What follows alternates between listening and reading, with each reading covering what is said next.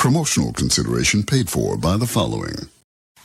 At the law firm of DeLeo and Furex, we understand that sometimes life throws you a curveball. We help our blue chip clients get their lives back after circumstances have conspired against them. Just listen. It was an unfortunate accident what happened to my wife on that precarious cliff. DeLeo and Furex can't bring my wife back, but they made sure I didn't end up in the slammer. I was unfortunate enough to be found with 15 kilos in my spare tire. I was so mad at the auto repair shop that sold me that tire. Thanks to DeLeo and Furex, the district attorney saw it that way too. I accidentally torched a Quickie Mart when my medication ran out. DeLeo and Furex helped me and the community by ensuring a healthy settlement from the pharmaceutical company. At DeLeo and Furex, we understand the judicial system and will ensure the truth is heard, no matter how improbable. We're not cheap, but what price can you put on truth? Call DeLeo and Furex today at 866-974-2333. That's 866-9-SHADY. DeLeo and Furex. Accidents happen, and we'll prove it. Shut up and sit down.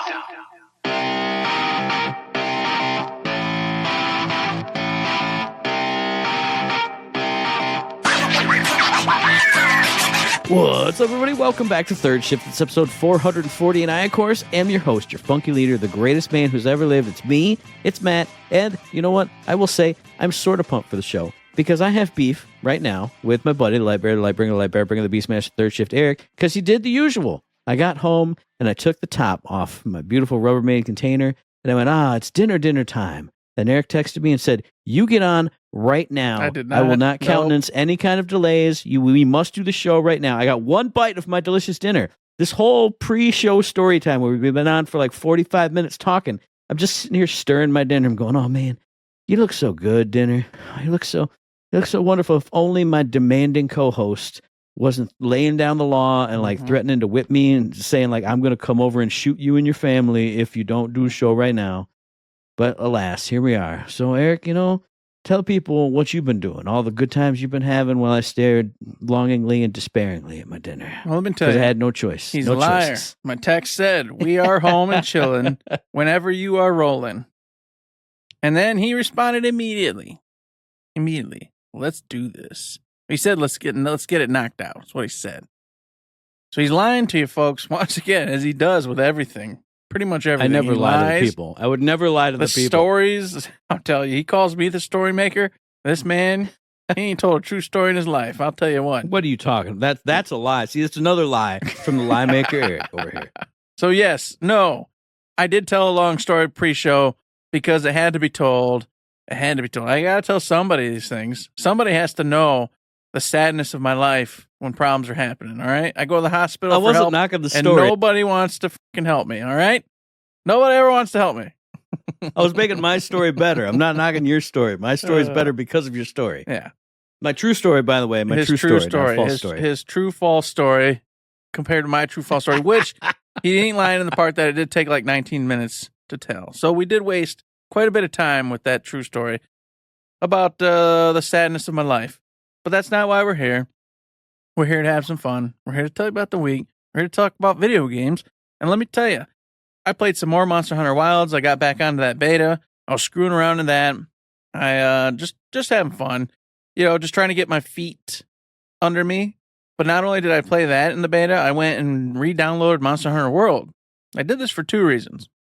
One, I just wanted to get back in the feel of things, which I did. Started playing through. I had to go through the beginning. Now, there's a reason for that. For whatever reason, my save would not carry over from my PlayStation 4 over to my PlayStation 5. And I wasn't going to play Monster Hunter Worlds, but then it said, hey, if you pre-order Monster Hunter Wilds and you got a save file from the course Monster Hunter Worlds, we're going to give you this extra bonus content, et cetera, et cetera, et cetera. And so that was the whole catalyst for this. I went, well, of course I'm pre-ordering Monster Hunter Wilds. I already did. And then I go, wait a minute. I don't have Monster Hunter Worlds on here. So I tried to take it from my PS4 to PS5. Did not work. Would not work. Could not get it to do it. Except saying corrupted or not there, whatever the hell the issue was. And then I went, no, this will not stand. So, of course, I downloaded it and I played it. And then I went, well, I don't know what constitutes playing. Like, is it just I just have to have a character? Or do I actually have to make progress? I don't know. It works either way because I'm going to go ahead and, get my skill set up by fighting monsters. So I played through it for about 4 or 5 hours and went, this has to be good enough. I've gotten through several of the monsters, several quests, built a couple things. This constitutes playing Monster Hunter Worlds. So shut that off, went back to the Wilds beta, had some fun, and now we're ready. Next week, or late next week, whatever the hell the case may be, I will be there with my extra content from Monster Hunter Worlds going into Monster Hunter Wilds with the beta content, because I played in both betas, and the second beta is the one that gives you the extra bonus stuff. And it was a great time. I think I mentioned it. I did not beat the one boss within the time parameters of any of the quest lines. I just never got a group that was able to do it. But I did fight the cool new boss a billion times and enjoyed the hell out of it. And I can't wait to see what the game itself has. With that being said, I was in Silent Hill 2. I was real stoked. I told Matt, I was like, I think I'm going to finish it this weekend. And making great progress. I was rolling through the game. I've been enjoying the hell out of it. But I got to a spot that screwed me over when I played it originally. And it screwed me over again. Mr. Eddie. Mr. Eddie and his stupid fight annoy the hell out of me. Your first spoilers, Mr. Eddie turns on you. All right? He goes sideways.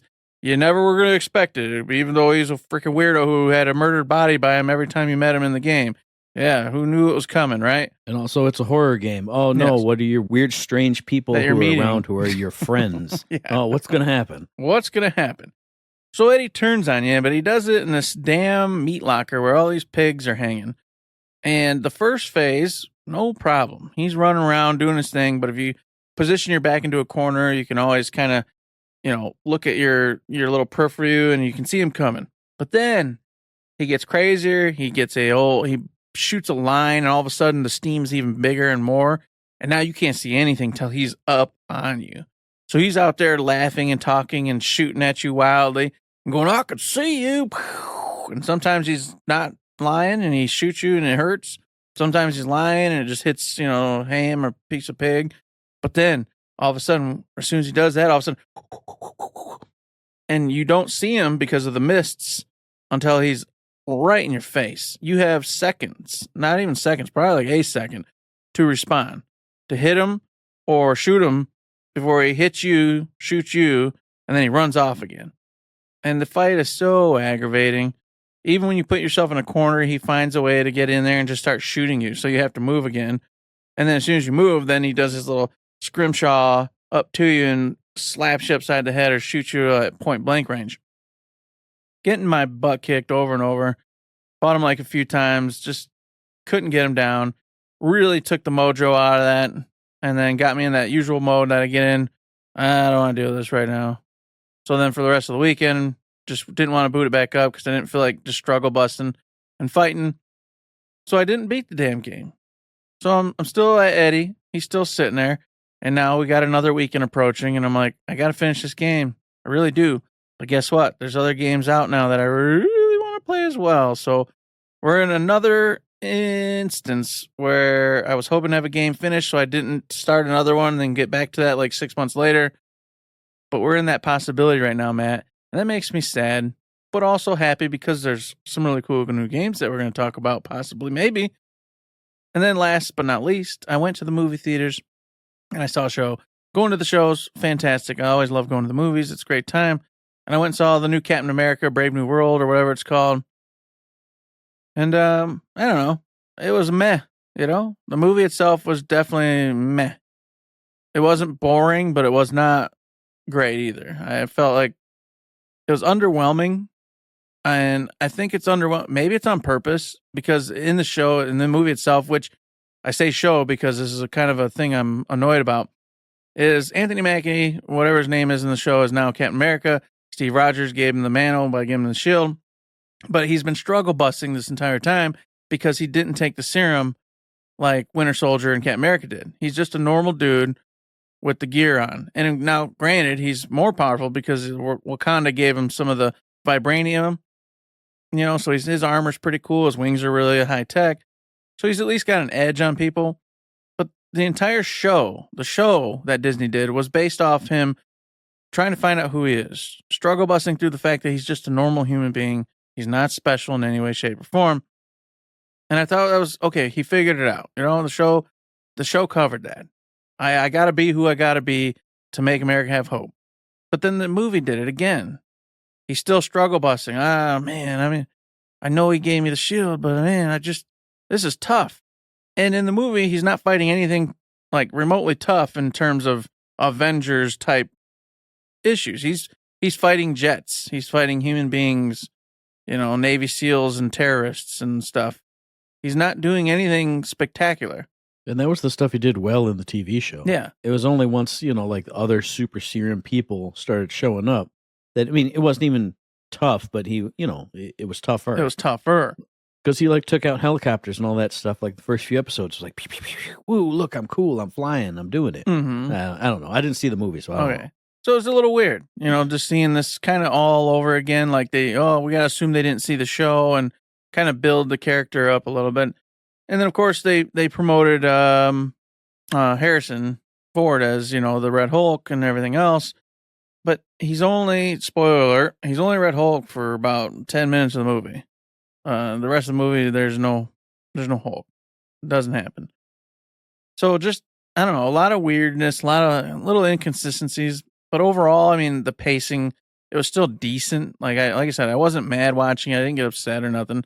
It just was underwhelming. I was really hoping for something bombastic, and I was really hoping to see him either take the serum and become a true super soldier and get on board with it, or B, through technology via Tony Stark's company or Wakanda or whatever the case may be, compensate and become a hero anyway. And like I said, he did get the vibranium, but it didn't allow him to do anything spectacular, except for the fact that during the Hulk fight, it was pretty cool. It was neat that he was able to sort of keep up, but not really. So I don't know. Worth watching, but just a little let down because they teased the next chapter, which is the Dark Avengers or whatever. I'm sure you've seen already. Dr. Doom's going to be played by Tony Stark.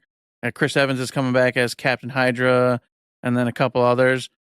And I'm like, they have no chance. What you're building so far with the new Avengers has zero chance. It doesn't really make sense. I'm like, you're putting some regular people up against actual real Avengers, people who have murdered aliens and gods.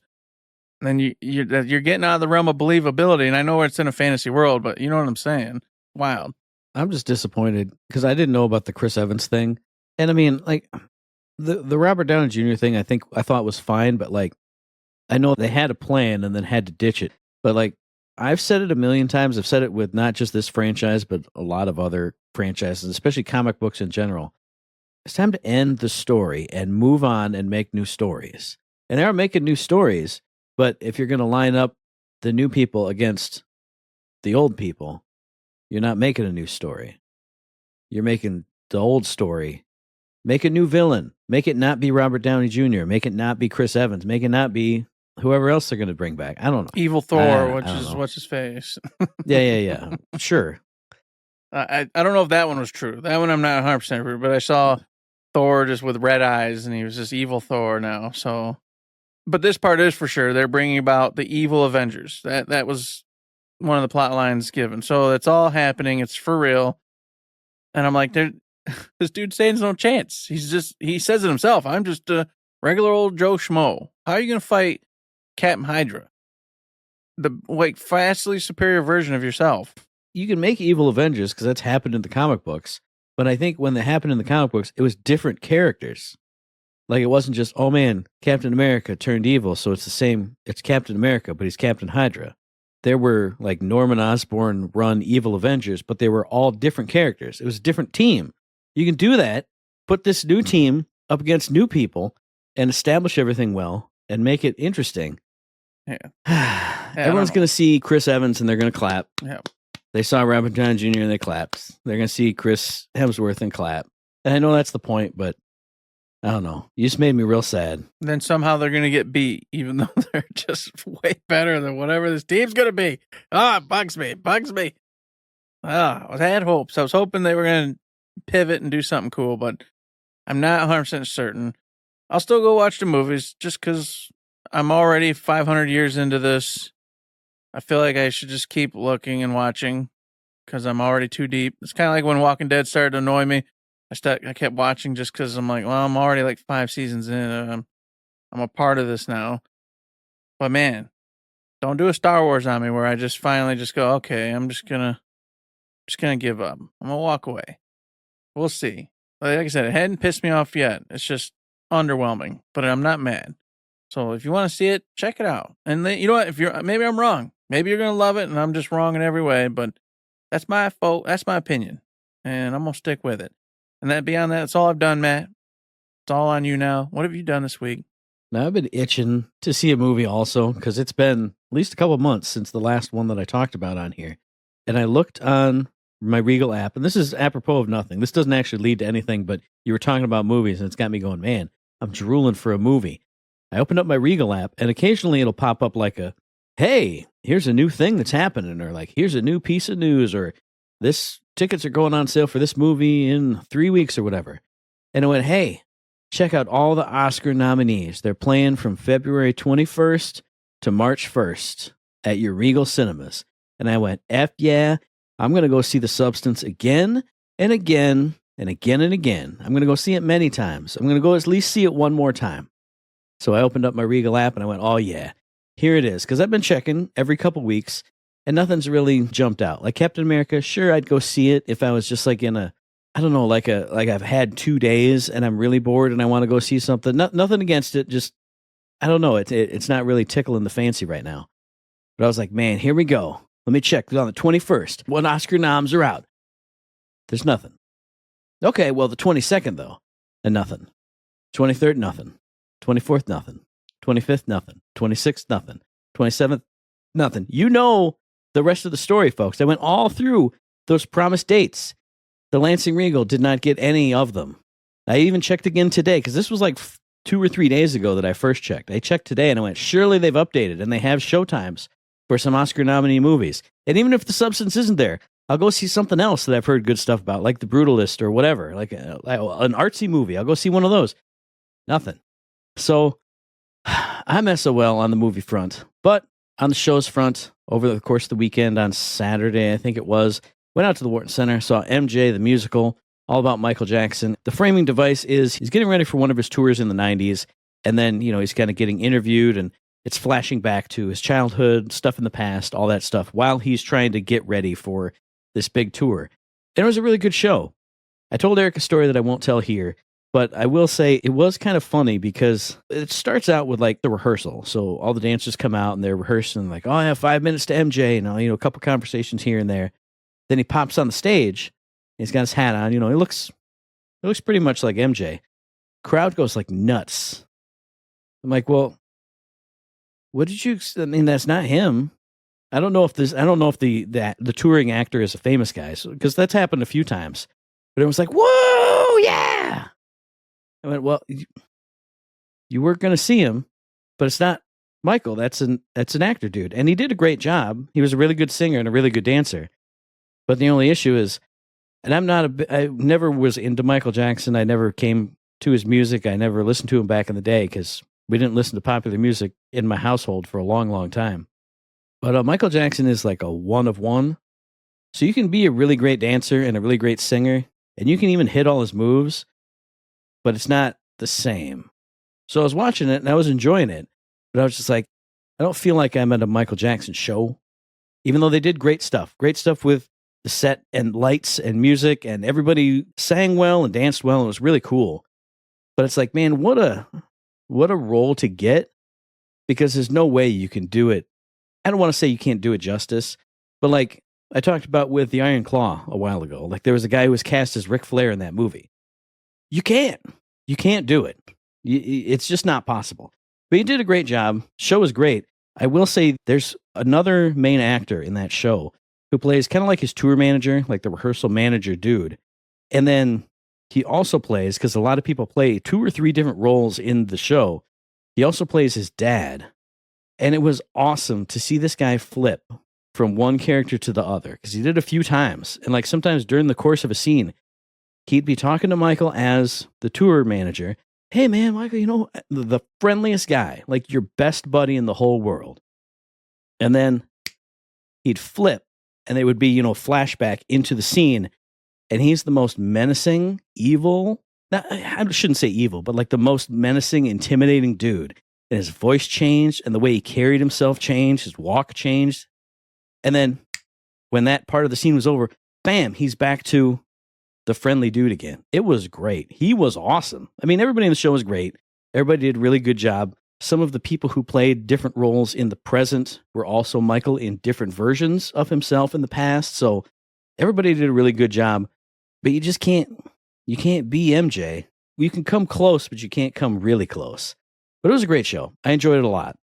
On the video game front, been playing Metal Gear Solid 5, and I finally, after 9 years, beat that game, got all the endings, got the secret ending thing, which, I mean, all the endings have been spoiled for me already, because cultural osmosis and being in the Metal Gear bubble. But God, it felt so good to see it and like live it. In the secret ending, and I won't spoil who or what or anything, you see a character, and it felt so good to see that person. After everything that had happened through this game, all 137 whatever hours total between my 2 playthroughs, it felt so good to see that person. And I went, God, it just got me right in the feels. And I went, God, awesome. And there was like the end of like a Friday night. I beat it, and I watched all the credits, and I went, God, there it was. I did it. And I closed down the PlayStation, went to bed, came back the next day, and sometime later in the day, I booted up my PlayStation. I went, there's a lot of side ops. There's lots of side activities I can do. There's tons of them, and I'll get trophies for finishing them. So I booted up the game, and I sat there, and I saw Snake sitting there in the helicopter on the title screen. My finger hovered over the start game button or continue button, and I just went, I can't. It's kind of like with Red Dead Redemption 2. Like, that story's done. I finally did it. It's over now. So I went ahead and closed the app, and I deleted it from my console, and then I was going to play Final Fantasy VII Remake, finally get into that. I was just like, I want something, and I want something big, and I want something colorful, and with really pretty people, and have a fun time, and listen to great music. God, I'm going to play that. But I didn't have it installed, and downloading like 97 gigs, it said 47 minutes. And I went, well, guess I'll start up God of War Ragnarok. So I started playing that, and it's good. I'm enjoying it. I already don't enjoy it as much as the first one for various different reasons, but I've already been talking for a while, so I won't go into it. I'll save that for the What You Playing. It's still good, though. Like, I enjoy it. I enjoy the side characters a lot. Brock and Sindri. I just got tiered not too long ago. Walking around with Mimir and Atreus. So I'm enjoying it overall, and it's pretty fun. Also, over the weekend, got another stream of Keep Driving, that indie game, driving sim. God, the game is just so fun. I love playing it, and I love that I actually get a decent amount of viewers when I play it, too. It gets a decent amount of views on my YouTube channel. The VOD does, too. So it's cool to have different faces coming in, and, oh, man, got a new follow over here. Oh, man, cool. This guy's talking all about trucks and stuff because I'm driving the truck. And I just love that game, though. Just the vibe and when you have a nice build for the truck like I did this time, just awesome. But then here's the story that I haven't told Eric yet. It's so bizarre because I said, I'm playing God of War Ragnarok now. I have Final Fantasy VII Remake downloaded. It's ready to go for whenever because I'm probably done with big games for a little bit after Ragnarok. But I booted up my PlayStation 5 to play it, and I got an alert. Metal Gear Solid 5 is downloading. Why? I literally deleted it. Okay, cancel. I go in and I canceled it and everything. And it said, okay, it's canceled. It didn't install or anything. And I said, okay. And I played God of War for that play session that day. Turned it off. Came back the next day. Bloop, bloop. Metal Gear Solid 5 is downloading and installing. Why? I didn't do this. I didn't do it. What is happening right now? Like, why it's not letting me go. It's reaching from the abyss and saying, "Come on back, brother."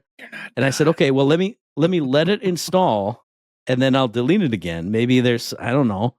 So I deleted it again last night. We'll see the next time I start it if it just goes, "Hey," and then I'll have no choice. I'll have to only play that because I can't play anything else. Apparently, it won't let me go. But that's been the week. It's been a great week. You got to let it go. Even if it doesn't want to let you go, you need to let it go because... I'll just have to like throw my PlayStation 5 in the garbage and never play any of these I'm already depressed again because as much as God of War Ragnarok is fun and it's great and you're going to have a great time with it, FF7 remake, oh, man, that's God tier right there. Alan Wake 2, that's God tier right there. And, you know, these games, and you keep saying, oh, I can't play a big game after this big game. I got to go back to doing things for 6 months.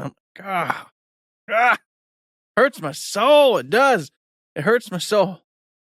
And well, it makes me sad because I can't play an indie game next because the Yakuza game is coming out. Which I'm going to give you grief about right now. Why? Because, Matt, I have a game release to talk about. But I said, for sure, this game that I was originally going to talk about, Matt's going to talk about. Because it's his stuff. It's his stuff. I'm the intruder here. I'm the newcomer. Like a dragon... Pirate, rubber, whatever the damn title is. It's a long, ridiculous title.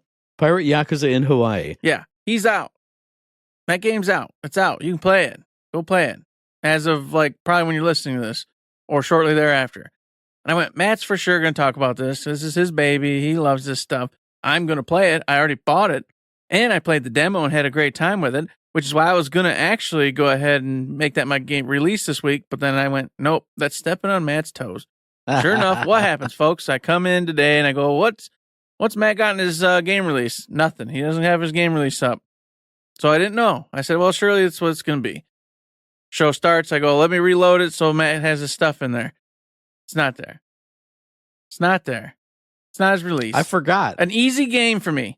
I played it. I literally played it myself. I could have talked about it, no problemos. And nope, it's not there. Well, I forgot until I got home. And I was like, oh, wait, that comes out tomorrow. Oh, wait, why haven't I gotten a shipping notice from Amazon? Oh, wait, it's because they're going to delay it and ship it like on Tuesday. So I'm going to get effed over anyway. So it wasn't even in my Cranium Brainium. Normally, 2 years ago, before all these problems started, I would have gotten an email yesterday saying, hey, we shipped it 2-day shipping. So it'll be there on launch day. And I'd go, oh, yeah, that's out. I'm going to forget about the cool indie game I'm going to talk about. I'm going to talk about that. But it was... And probably I'm not even going to get it until like April because Amazon is effing me over and it's pissing me off. And this was the last one. And now they're effing that one up too. God bless it. And here's the deal. I thought surely Matt will have played the demo like I did because I didn't even tell you. I also played that demo in the weekend, this last weekend, but I was going to save it for when Matt had his awesome game release of Like a Dragon, Pirate in Hawaii. And then none of this happened. It didn't happen. So yes, folks, I played that demo and I had a great time, but I guess I won't really talk about it because I already wasted too much time in my intro. So the game I did do a game release on is the other game I intend to play, which is Avowed. And it was, of course, developed by Obsidian Studios. It's only out on Windows and Xbox, which is where the giant conundrum comes from. I've been super excited about this game. I was back and forth, as you all know, in the past different previews this game showed, but as it got close to release, I was sold. It looked like something I wanted. I just wanted some really cool high fantasy with choices to make and a lot of treasures and secrets to find in a very vibrant, colorful world. And that's what Obsidian has delivered here. You can play in first person or third person. Have yourself a wonderful adventure. You are a godlike creature. You come from the Empire. You were born godlike. You got some fungus on you. You look a little strange. The Emperor goes, hey, I need you to go to the Living Lands and figure out what the hell's going on in there and fix it.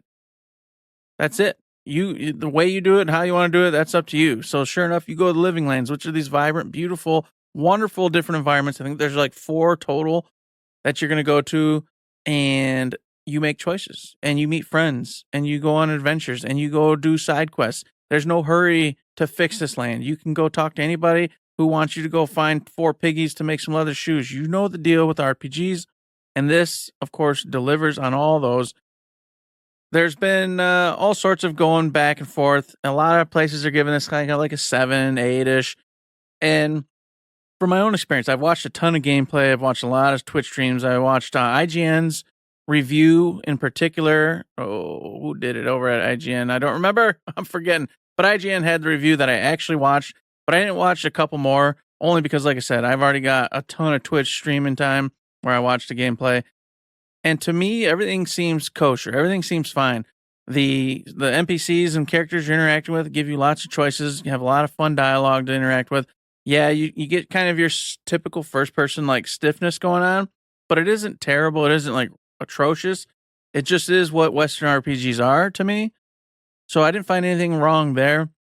The characters that you accrue and teammates that you get, they all have personal side quests that you can go on to kind of deepen your relationship, but there is no romanceable options or nothing like that, which is no big deal. I think, would have been nice, but no big deal. However, certain reviewers say that they were fine and they were great and it was a ton of fun. Other reviewers seem to say that they're bland and didn't add anything into with the story. I won't go into reasons why I think they're probably wrong or what they're probably hoping for, but I don't know. The ones I trust, the people I watch and play, they were having a great time with it, so I feel like I'm going to have a great time with it. You can be spellcaster, you can be melee, you can be tank, you can be a mix, which is also another thing that got me really excited because you can actually get like weaponry and then spells and then enchant your weapons to help you with the spells and this and that. Or you can just go like a full-on wizard where you're doing like your little your wand and your spell book and you're going full just spells and evading tank. Like I said, any option you want, they pretty much give you the ability to do that. So combat itself is really, really fun, really cool, and allows a lot of variance. However, the one thing I did see myself while watching, and most of the reviews I did see, especially IGN's, the enemy variance is really small. There's not a lot of difference in the enemies you're going to fight throughout the 4 environments and 4 areas you go against. So if you have to see different things and the whole time and fight different stuff, it might wear on you a little bit. But to make up for that, everywhere you see is one of those you can pretty much get to because they got a lot of parkour in this game. So they give you the leeway and they want you to go explore that little mountaintop or that hill or that weird little structure over there that doesn't really mean anything because they want you to go over there and they want you to use the parkour that they've put into the game and they want you to find treasures. And then another individual said most of the most badass armor, badass weaponry they found had nothing to do with missions. It was about exploring the environment and taking your time and just going all over the place everywhere you went, which if you don't know, me and Matt love that. We love when we can just go, oh, I ain't leaving here till I've done walked around like an idiot for a freaking 3.5 hours. And we go all over finding every stupid herb, every stupid berry, every stupid treasure. And from what I hear and what I have seen, this game, Avowed, delivers that. So I cannot wait to play it. Combat's fantastic.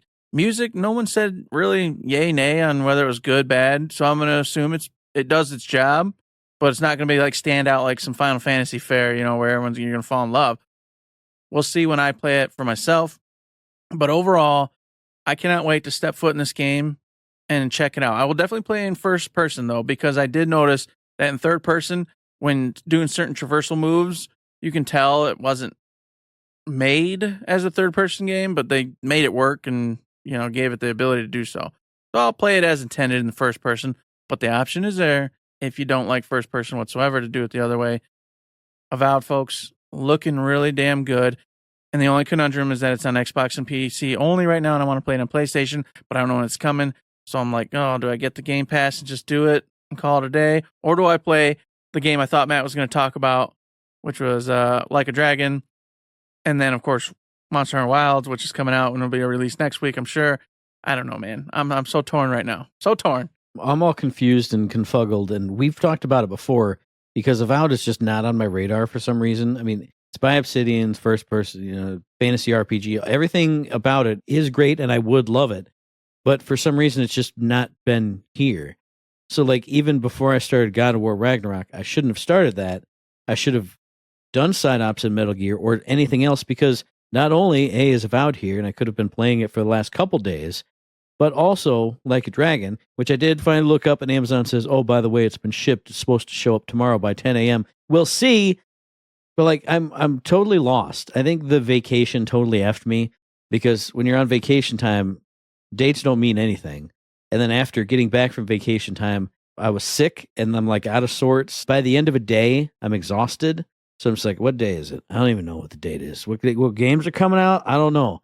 But a game that did come out last week, apparently that I missed out on, is Urban Myth Dissolution Center, which came out on the 12th, developed by Hakababunko and published by Shueisha Games for Nintendo Switch, PC, and PlayStation. This is a game that's been on my radar for a long time because during one of those Steam events, they released like a ton of demos, but they were one of those demos you could only play during the Steam event for like the week or weekend that it was. And Urban Myth Dissolution Center popped up on my radar because I was looking at the demos and I went, ooh, look at this. It's pixel art. It's like really nice pixel art, like close-ups of characters, really well animated, really pixely. And then there's like horrible, disgusting stuff happening in the background. There's blood and there's twisted creatures. And I went, oh, what is this? And I downloaded the demo without realizing that I couldn't play it after the Steam Next Fest or whatever it was. I booted up the next day and I went, you can't play this. And it's finally out. And I didn't know it was coming out because blah, blah, blah, all the stuff that I just talked about. But it's here. And this is a game where you play as a female. I think she's a college student in Japan. And, she's walking home from school one day and she starts seeing like weird ghostly creatures. She sees like this bloody guy dragging an axe and like people under the bed and all kinds of crazy stuff. And she goes, oh my God, what's happening here? And she finds, a flyer like stuck up around town somewhere saying, if you see creepy crap, call the Urban Myth Dissolution Center. She calls the number, meets up with the psychic director of the center. He gives her a pair of special glasses, and now it's her job to team up with another person who works at the center, and they go and investigate urban myths. You're trawling on the internet, going through social media feeds, seeing like, oh man, I saw the guy with the axe the other night. Oh man. So you go find out where that is, narrow that down. Then you go to these places, interview people, find clues like around the area that you put on your glasses, and then the scene changes. So now there's like blood, there's like the twisted remains of, whoever the Axeman killed, and then there's the Axeman, like, or shadows of the Axeman. So what you're seeing is when you put on the glasses, you're essentially seeing the real events that happened in the past that made this urban myth actually come to life, like what started this all. And then as each case unfolds, you gather all the clues, gather all the info, then you meet up with the director, and he kind of like walks you through kind of like a fill in the blank, like kind of sort of like a memory test or like a detective game where like, what happened? What started it? Where was the man? What was he doing? At this point, where was the girl? Where was the victim? What was she doing? Why did he target her? Bing, bing, bing, bing, bing.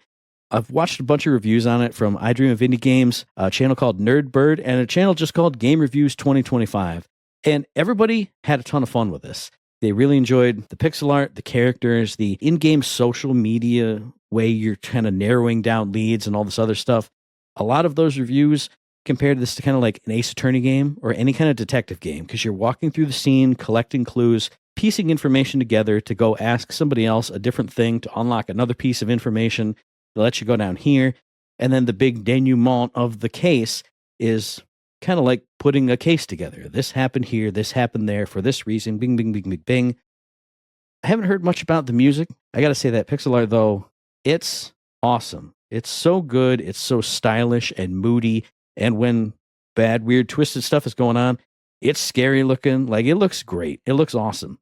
One of those reviews mentioned something about the voice acting not being good, but no other review I've heard mentioned voice acting at all. So I don't know if there is any or not. There wasn't any in the trailer that I watched however long ago. But if you're in the mood for some, I won't say point and clicking, I won't really say adventure gaming, but if you're in the mood for like investigating a scene, kind of in an Ace Attorney style, weird creatures, if you're into like urban myths and creepy stories and creepy visuals and blood and guts, but also figuring out what really happened. So if you're interested in finding out the creepiness and solving the creepiness, solving the case and making it disappear, check this out. I mean, at least watch a trailer, see some of those screenshots, because it's got a really cool style because it's almost visual novel style. Like characters pop up when they're talking, and that's where the really detailed pixel art is. When you're walking to and fro, it's a zoomed out setting, so like a lot of faces are blank, but it's still really evocative and really, really cool graphical style. Like two different styles. There's simple, and then there's really detailed and really well animated. Hair wafted in front of somebody's face, or when she's really scared and like you can see her tremble and her eyes are like, wiggling around. Looks really cool. Just at least go see that because it looks awesome. And everything else about it looks awesome too. Urban Myth Dissolution Center. Go get it. Go play it. Go have a great time with it. You bringing that up, man, just brings back a couple anime that do that exact same thing. Can't remember the names off the top of my head. I was trying to remember, but I didn't want to clackety-clack on the computer. So let me just say, if you like that, there's also anime out there for you, Matt. Go watch it. And it's the whole same premise. People that can see ghosts or things that shouldn't be there, and They go investigate how this superstition came to be and try to get rid of it. It's all there. Anime does it. They got it all ready for you. You ain't got to play it if you don't want to. You can go watch it or play it, apparently, now. So it's a win-win no matter which way you go on this one. And, of course, we're also going into a win-win here, Matt. A big old win-win. All sorts of free games, folks. Over on Amazon, you got a lot of them. You got Colt Canyon. Ooh, doggy. I don't know what this one's about. It's about something. I don't know. You got El Hijo, A Wild West Tale. I don't know what this one's about. El Hijo. You're like a kid whose parents were murdered in the Wild West. Then he got to sneak around? He's got to sneak around and kill the people who killed his parents. That kind of thing. There it is. Yeah, I saw him on like a rooftop sneaking around or something. It looked like a little sneaky snook game. But I didn't know the big dog on it. You got Republic of Jungle. Once again, who knows? You're in the jungle. I bet you're a cat. You're a cheetah or some kind of tiger, cat, whatever, and you're prowling around.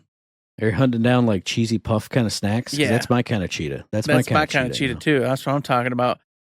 Then you got Royal Romances Cursed Hearts Collection Edition.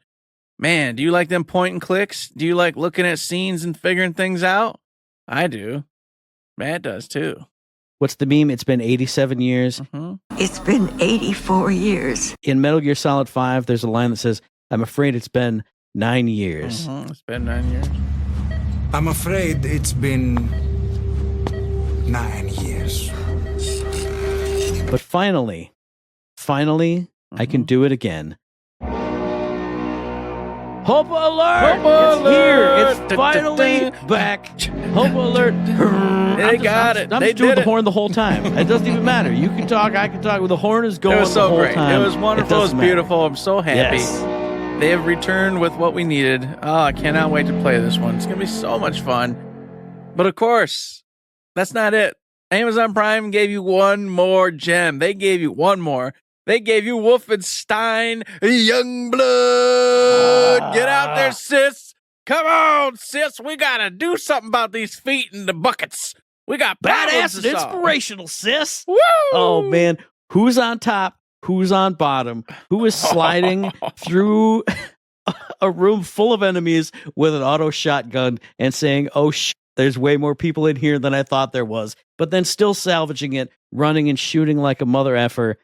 All these other games, I'm sure, are great, but they just gave you the best game ever. And yes, they did. I saw this on here, and I got excited. I went, you know what? You know what we should do? You know what we should do, Eric? We should finish our second playthrough on PlayStation. We got to finish it someday. We got to finish this. But we both have it on Amazon now, so we should play it on Amazon. And then I guarantee we probably both have it on Epic, so we should play it on Epic also. And we probably have it on like Luna or Good Old Games or something. We should play again on Good Old Games also. We should never stop playing play it on every goddamn platform that comes out with it. Every damn one. And we have to finish the second one we're going through because you purchased it or got it somehow, right? So you're actually rolling with trophies now. And you're getting all them trophies. And it's a plus. You get the trophies, but I also get trophies because I get ones that I've been accumulating and coming about now that our second playthrough's here. So those like kill 400,000 enemies. Well, I have a chance of popping some of those. So I can't wait. I can't wait. And what I love is this is one of those games, and I know you did it too, because I know I did it, where like you could play it a bunch of different ways. You could pick different peps. You could do your gun a different way. No. You can even play the other character. No, you can't. You gotta. This is Persona 5 all over again. You gotta do the same thing every time. God, I see a trophy for getting a different weapon. I go, no, that trophy's never mine. That trophy I'll never see. Impossible. Oh my God, it's too much. We got to move on to the Game Pass games. I got to put it behind us because we won't go anywhere. I'm just thinking about playing the game. I'm just picturing it. Yeah, we'll just end the podcast. Let's just get an hour in real quick. You know what I'm saying? See you guys next time. You have no idea how badly I want to do that. But on the Game Pass, we have Avowed. We've talked about Avowed. Go play it. And if you don't want to play a really cool first-person Obsidian RPG, you can also play Warhammer 40K Rogue Trader. I don't know anything about it, but it's a Warhammer game. And I think I've heard good stuff about this one. Like you're trading and you're doing stuff. I don't know. I'm just thinking about Wolfenstein, bro. Yeah, unfortunately, man, I can't tell you anything about Warhammer 40K Rogue Trader. But I can tell you, Epic's got a couple more. We'll wind it down. Oh, that's with a right. We garden forgot story. that. All right. We got a garden story over there. Do you like gardens? Do you like telling stories in gardens? A lot of women like to whisper in gardens. Maybe that's what's happening here. I don't know. You'll have to go check it out yourself. But I bet it's about animals or bugs, and they're inside of this garden, and it's a lot of crazy stuff happening. That's what my actual real guess is. And last but not least, you got World War Z Aftermath, which I heard is actually a pretty damn good game. Can't speak to it. I haven't played it myself, but I heard it's not bad. And now you can go get it right on Epic for nothing. Free of charge. Just click the button. There ain't no strings attached to this one, my friends. They just want you to play on the Epic platform. All right? So go check it out. Kill a lot of zombies. Have a lot of fun. And man, speaking of having a lot of fun, everybody's having fun with Marvel Rivals. Even Noble has been having fun with that on a couple streams. Everybody loves it. Howard loves it. His kids love it. They want to put all this money into it. He's always talking about, oh, pay for Marvel Rivals, more Marvel Rivals things. It's the biggest thing. It just passed like 40 million players or whatever it is. So you know what? I bet everybody who's working on that Marvel Rivals team is doing great. They're getting bonuses. They're getting money in their pockets. They're getting job security. No, they're not. Oh, NetEase is saying, no, fire you, fire the director, fire the whole, like, not the whole team, but like fire a big chunk of staff. I think I saw stories about it on Rock, Paper, Shotgun, stuff on Eurogamer. I know you saw it on IGN. The video game industry is broken. Here's the new hotness game, the new hottest, biggest thing, making money, hand over fist, showing up Overwatch like nobody's business. And but still, let's just fire everybody. Let's get rid of a bunch of teams. The game's still going to stay around, though, but nobody's going to be here to support it. It's going to be great. And what's nuts to me is that, yes, the Seattle team apparently was not like the core, but they were a huge part of creating this game. And then, of course, Netease, a Chinese company, has the main core of like current development based in China. However, the Seattle team was further assisting with development, ideas, world building, etc., whilst the core team in China continued just developing and messing with, what was already there. But to just take a whole section of your team that helped you make the core, the base of this game, and then was still helping you with, all the new stuff, the new ideas, things coming down the pipeline, and just be like, yeah, we're going to go ahead and just shut you down and get rid of you. And we're going to put all of our responsibility back in our hat over here in China. That seems dirty to me. And I know it's NetEase, it's a Chinese company. Of course, they're going to support their fellow Chinese developers, etc. But to use and abuse and then just toss out, a Western-based team, I don't know, seems kind of poop-tacular. But they did, of course, say, oh, we did confidentially take care of each one on a personal basis, blah, blah, blah, blah, blah, blah, blah. So you're assuming that at least they're going to walk away with some money in hand and get a chance to find something different. But of course, we already know the market right now in the gaming scene is very bad because the bloat's finally going away and everybody's trying to trim back down to, the core teams of everything and this and that. And the AA market's gone away. So, it's AAAs or indies right now. It's a rough space. So if they make it, who the hell knows, man? I don't know.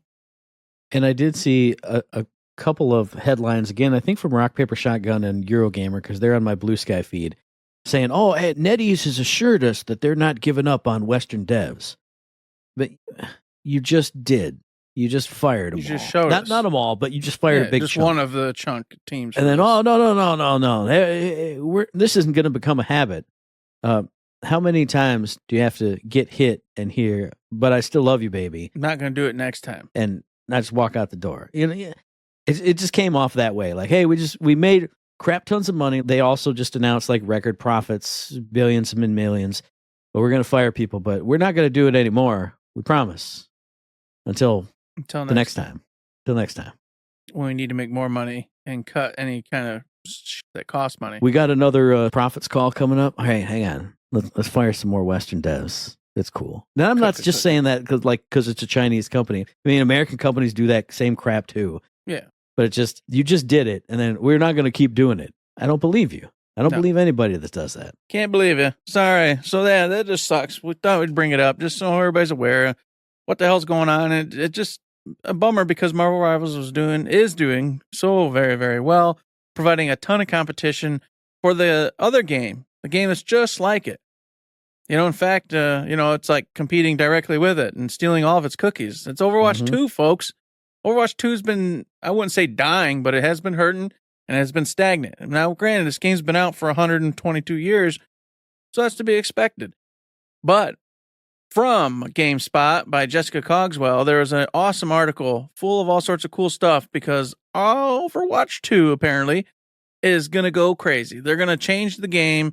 They're going to be less critical, less, tight with the wallet, and they're going to have fun with Overwatch 2 again. They said they want to loosen the strings and just have some fun with the game and get out there. Now, the article's huge, has all sorts of stuff in it, and I'm not going to cover it all, but a couple things that brought me to it and got my attention. One, the number one, Matt, was loot boxes are coming back. Yes. Loot boxes, baby. Yes. Getting rid of those, I think, was the dumbest thing they ever did. You needed something that rewards you and have fun and that just chance of getting something good. Yes, tons of them came and tons of them were worthless and gave us nothing but whites.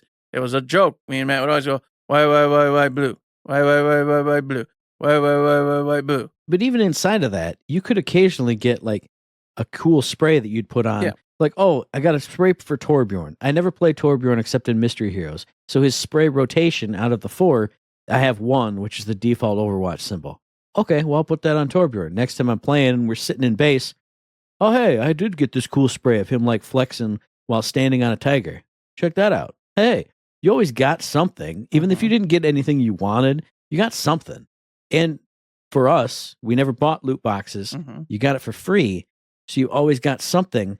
The more you played, you got something for free. You got things for free for just playing and not like, oh, you had to get 18 battle pass levels to get to the next free item. You got something for free. Anyway, that's the end of my rant. Rant over. Soapbox done. Whew. But in a nutshell, not only are loot boxes coming back, but they're coming back with a guarantee. After so many loot boxes, you're promised to get a rare. After so many loot boxes, you're promised to get a legendary. Nice. God, why am I blanking on the purples? Epics. There you go. So rare, epics, legendaries. Each loot box is going to get you one step closer to a guaranteed drop from one of those. So they're kind of, even in the playing field, ensuring that they're not going to be as egregious as they used to be, where it was just completely random. You're going to be guaranteed some cool stuff if you get enough of those loot boxes. I think that's fair. I think that's fun. I'm very happy to see that return. Then on top of it, they've apparently, I could be misreading this, but there's a new addition that's already in place right now. Is minor perks. So while you're playing mid-match, you're going to be like, oh, you just leveled up. You get to pick a perk. And it's much like Battleborn, in which it'll be, do you want option A or option B? And then you go, oh, I want option A. I want to up my charge by this much. Boop. And then throughout the match, you're going to get a couple. You're going to get a major, a minor, and another minor or something like that. But you're going to get several perks throughout the match. And that you can just slightly change your character, what they're doing, to make the match a little more fun, a little more unique. And I like that. We loved it in Battleborn. I like it here. I'm glad they're picking that up. I wish and hope they expand on it and make it, more than just maybe 2 or 3 times, whatever it is throughout the match. They were supposed to in that PvE mode. That's what it was all about. It was basically that same thing. But like you said, it sounds interesting to me, especially if it's like speed versus attack damage. So you want to go faster, you want to do more damage. Or like, defense versus attack. I'm making it really simple. But things that like, how do I want to play today? Or what kind of play style would best benefit this team that I'm on? Okay, our healers are really having issues, so I'm going to buff my little side heal versus next time, oh, we are rocking and rolling. Everybody's rocking. I'm going to buff up my rockets. I'm going to buff up my damage. That just sounds cool. It sounds fun. Will it get me back in? I don't know, but it's at least something. They're doing something to fight off the slow decline. Yeah. So that was a cool thing. And there's more, but the last one I'm going to mention right now is a core play style that they're introducing alongside, the other quick play and et cetera they've got is Stadium. And it's going to change the game. You're going to go into third person, not first person, first off. And secondly, one of our favorite modes where you just get cooldowns constantly. Well, that's not the case here. However, not only are you going to get perks, but you're going to get abilities. So you're going to literally level up, and you're going to get fantastical, crazy abilities for your characters that are just going to make everything completely nonsensical and chaotic. when you're playing in this new third-person mode that's supposedly going to be, like I said, a core mode, so you'll get all your ranks and all your cool stuff if you play this mode, and it's supposed to be completely chaotic, completely insane, and you're all going to have such a great time because while you're trying to tell your best buddy how stupid this crazy this ability is that you got, they're going to be trying to talk over you and trying to tell you how cool and crazy their new ability that they just got is. And there was an example given of like Reaper literally flying through the air now instead of just like transporting and doing all sorts of crazy Reaper abilities while flying. So stuff like that. Yeah, they said you can expect a bunch of chaos, a lot of fun in this brand new third person mode for Overwatch 2. And I'm like, man, getting loot boxes, getting to play this crazy chaotic match in third person instead of first person where you're just getting all sorts of abilities that turn you into a god while you're playing. I'm like, ooh, I don't know, man. That does sound very cool. It does sound cool. The only reason I was rubbing my face and kind of shaking my head is that, again, is stuff from that canceled PvE mode. Yes. Because when you looked at the big skill trees and the evolving abilities and, oh, man, you can make it super cool when you get up to level 10 and you're just going absolutely nuts. Why didn't they just do it? If you're going to do it anyway, like I know they promised, like, we're going to cancel it, but we're going to slowly filter and trickle and feature it in. You have it all here now. What was the point of canceling the PvE mode, which, I mean, as much fun as this can be, you know how it is, Eric. We're going to be rolling and rocking, and then we're going to get in that one tier, and it's going to go, you lose every game now. You lose every game now. And even the fun mode will be not fun. And instead of being able to drop and go, let's just do some PvE, brother, I'm still having a great time, but we could just do this against enemies and just kill stuff all night long and go, hell yeah, that's great. No, we don't have that option because they took... Why? What? I get it, sure, but why? It's all here. All the things you promised are now here. Except for the epic story and levels. I literally think it was the stories. I just think they couldn't put it together. Yeah. I know they got those vignettes and stuff, but I just feel like they couldn't put a crafted story together. I think they were good at putting vignettes and like micro pieces together of once a year, here's 15 minutes of a cool battle in this overarching story. But because this game was already a zombie of a different game, game, and then on top of it, and I just don't think anybody knew what the real story of Overwatch was. I really don't. And I just don't think they were ever able to put it together because there's so many characters, so many backgrounds, so many different he said, she said. Are they bad guys? Are they good guys? Because I'm still confused. They're not, but they are, and I'm like, what's going on in this game?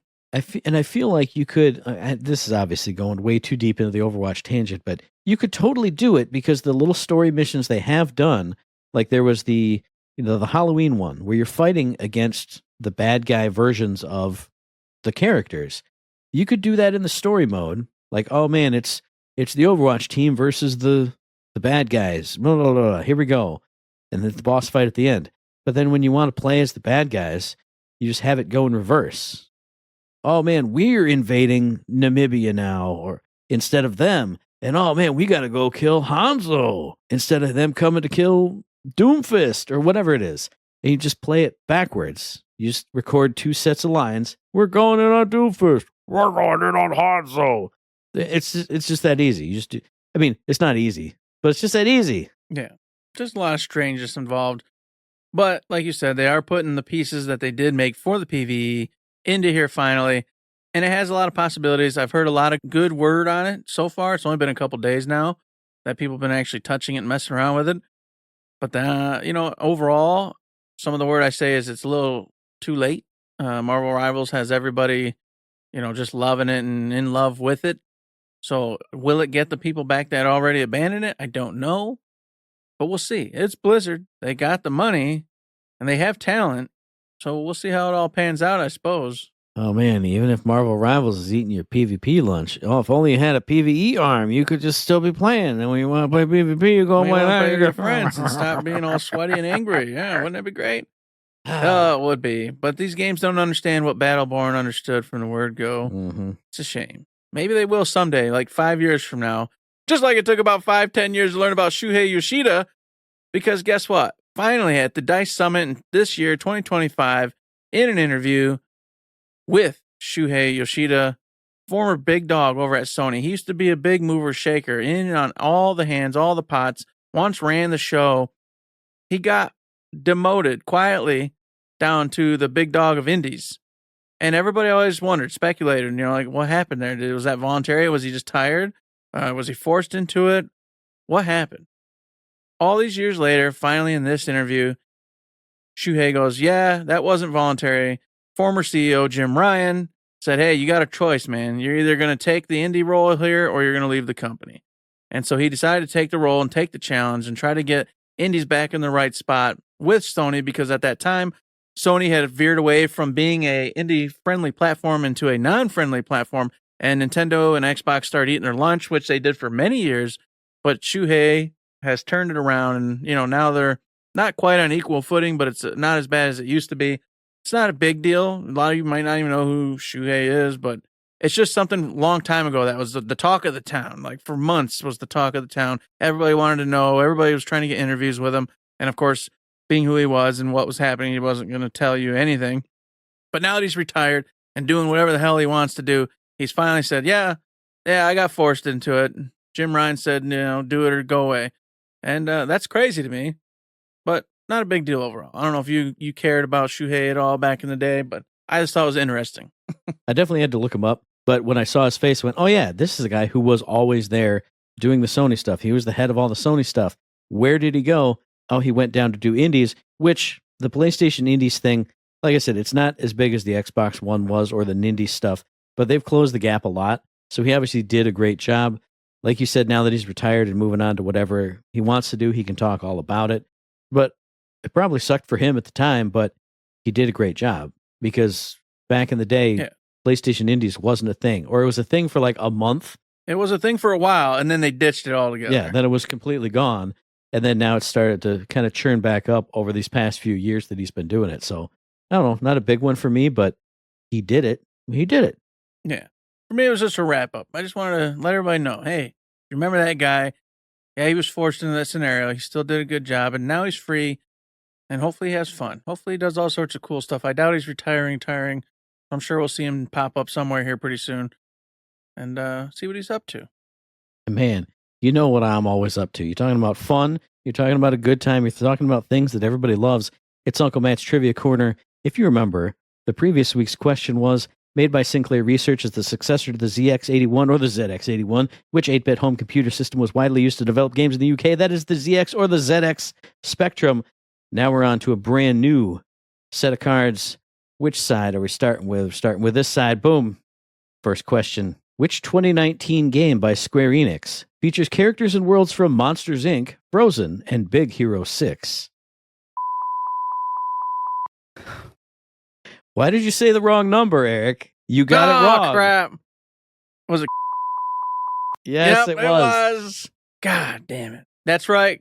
Yep. My only knowledge of this game is you and a former person who worked on the show talking about it on your Game of the Year list, and you both put it on there and went, yeah, the game sucked. Yep. Yep, I remember now. I shouldn't. Why did I say that? Because I played that in the Marine Corps. We're gonna redo that. No, it's too late. It's too. I can give you a half point if you want, because you got the series right. It was Big Hearts, Big Hero 6, which didn't even come out.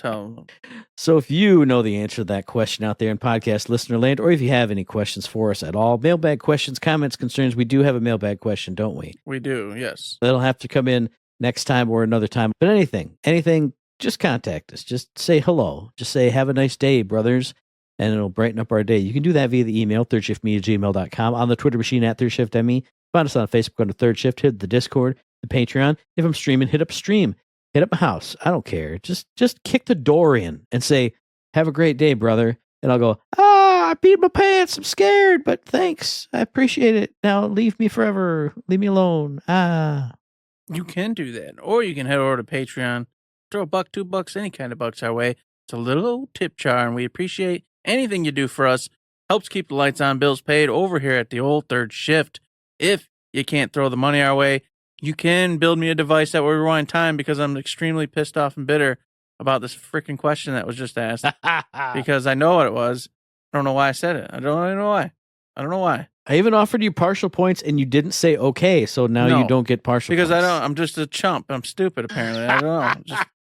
It just annoys me. So yeah, I'm pretty mad about it. Maybe rewind time and let me just actually think about it for 5 more seconds instead of just spout off a title. Maybe that. You guys don't realize you get a whole week. You get to sit here and just think about it. I get like 10 seconds and I got to answer the damn question. Pisses me off. You say that, but there have been so many times where you do like the full leaning back, you do the head rub, and I just sit here. I'm patient as a lamb. I don't give you a countdown or nothing. You take like 30 seconds saying, yeah, but the heat is cheese. on, man. I got the cheese. You pick up a cheese from the cheese fork plate. Well, I know we're doing a show, and I'm like, I can't have dead air. I gotta figure this out. I gotta figure this out. Even though my hamster's just running in nowhere, he's just spinning. I'm like, come on, hamster, jump on a different wheel, please. Give me something. And he doesn't. Well, here's spoiler alert. If you do leave a lot of dead air, I just cut it anyway. So if you mutter cool things, I leave them in there. But if you don't, and you're just hanging around thinking, I can cut it out, brother. I don't just leave like 45 seconds of Eric going. I don't do that. We're professionals, Eric. We're professionals. We put on a professional show. This damn thing. Oh, well, it's okay. You know what, folks? It's fine. Give us some mailbag questions like the one we already have, and we will definitely answer. Go ahead and throw us some love over on the Twitch with your Prime sub or just money in general. That would be really cool. Or give us some 5-star reviews. You can support us in all the ways. Get the Discord. Start having some chats with us. Start giving me hints. Tell me what some future questions could be and answers could be. And tell me to slow down. How about that? Tell me to slow down and just think about it for one more second like a smart person would. All right? That's what you can do. And you can also listen to the very next episode, which will be dropping on or around the 27th of February on iTunes and Stitcher, on Podbean, on Spotify, and on YouTube. I don't care. That's the spiel. I don't care that all of that's wrong. But do that. And like I always say, hey, if you like what we're doing, you'd like to help us out, please give us a like, a rating, a review, a comment, a subscription, any kind of good thing on any one of those good services, because it does help us out. And we really do appreciate it. Indeed, we do appreciate it, folks. We appreciate all of you out there, just like we appreciate the 5-star reviews. Come on, folks. Come on now. It's February. Take us into my birthday month with a 5-star review. You know what? You want to do it. I want to hear it. I want to see it. That's going to make my birthday so dang good to see that 5-star review come through and telling us how awesome we are. Matt is, I am in particular, because it's my birthday month. And that's ridiculous because I hate birthday months. I don't believe in that philosophy. But I said it just because it's a podcast and I want to give you time. I want to give you all the time I can to be nice to us. All right? Yes, please be nice to us. And while I finally get my first ever bite of dinner through this whole scenario, I haven't had a single bite of dinner, haven't had any while Eric's been talking or anything. I'm just going to leave you with this, that there's nothing else to say, but... Don't forget